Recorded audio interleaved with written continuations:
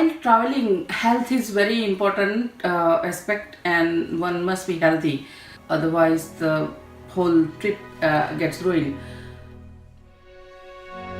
I thought I'll carry a number of different options of medications just in case if I require any of them. Here in England, we don't get medication, lot of medications or especially antibiotics over the counter. You usually go to GP when you are suffering from something, and they will prescribe you any antibiotics that you need, and then you go and get that.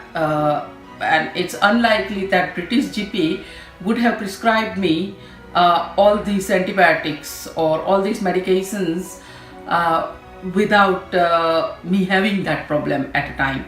So I was in India a couple of weeks ago, so I went to a physician there and I asked for a prescription. As a precautionary measure, I don't intend to take any of these tablets, or I just hope I don't need even one of them.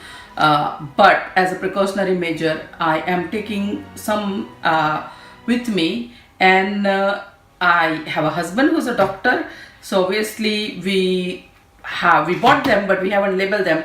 But I'll label each and every one of them. The physician has explained me what they are for. Obviously I'm not an illiterate person who wouldn't understand what they are for, and I'm not somebody who likes taking medication anyway. So this is my medication. I'll start with the big one. This is amoxicillin. These are usually for cough and chest infections and stuff. So I got few packets of them just in case I need them. I got some doxycycline, which is another antibiotics for chest infections, just in case I need them. So I got some more antibiotics. This is ofloxacin and ordinazole combination, just in case if I have a diarrhea or something. Cefalexin, just in case if I have a urine infection or any skin infection.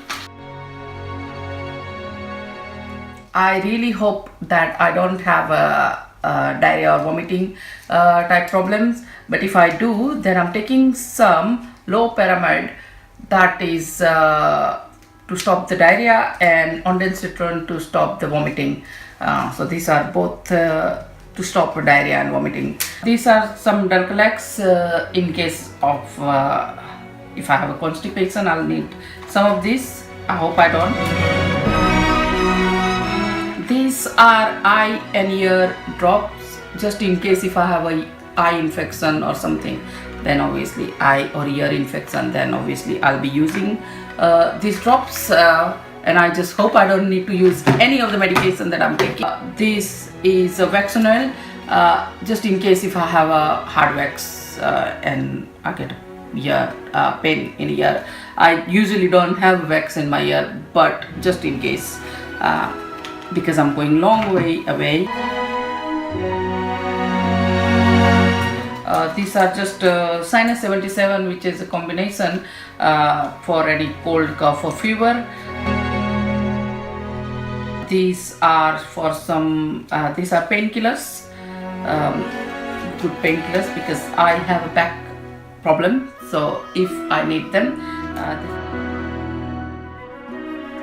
This is just antiseptic cream, just in case if I have cuts or anything on any part of my body. So these are just antiseptic creams.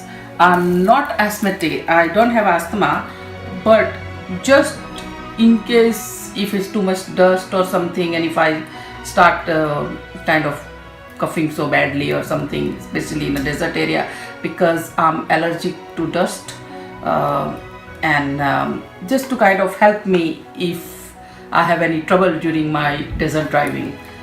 So I'm just taking two of them just in case. As soon as you leave England, usually English becomes less and less, and especially in remote parts of Europe or remote parts of Russia or Kazakhstan or Kyrgyzstan or even China or any places like that, just in case if the doctor has extremely limited knowledge of English, then I might end up in a big trouble.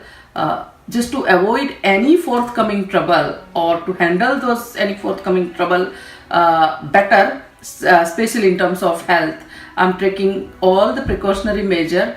I think health is very important aspect during the travel, and I'm not taking any chance. So I'm well prepared with all the medication that I might need if I'm sick. I'm really hoping that I don't need to take any of the medication in my entire trip. But just in case I do need to, then I have everything. I do have a insurance cover for worldwide insurance, medical insurance, but I don't know what are the loopholes in it. I haven't read the policy in details yet, and it will be kind of, when there is a language issue, looking for a doctor or explaining something to that doctor, what is your problem. It could be another big barrier, and what I might try to explain and what the doctor might understand could land me in a big trouble. So I thought I'll just take everything that commonly happens to anybody, and I hope I don't have any major problems, because I have usually noticed that once you get out of England, English is minimum, and especially in a remote parts of Europe also, as well as remote parts of Russia or Kazakhstan or Kyrgyzstan or places like that, the knowledge of English could be very minimum. Therefore, health is very important aspect, and I'm just not taking any chance.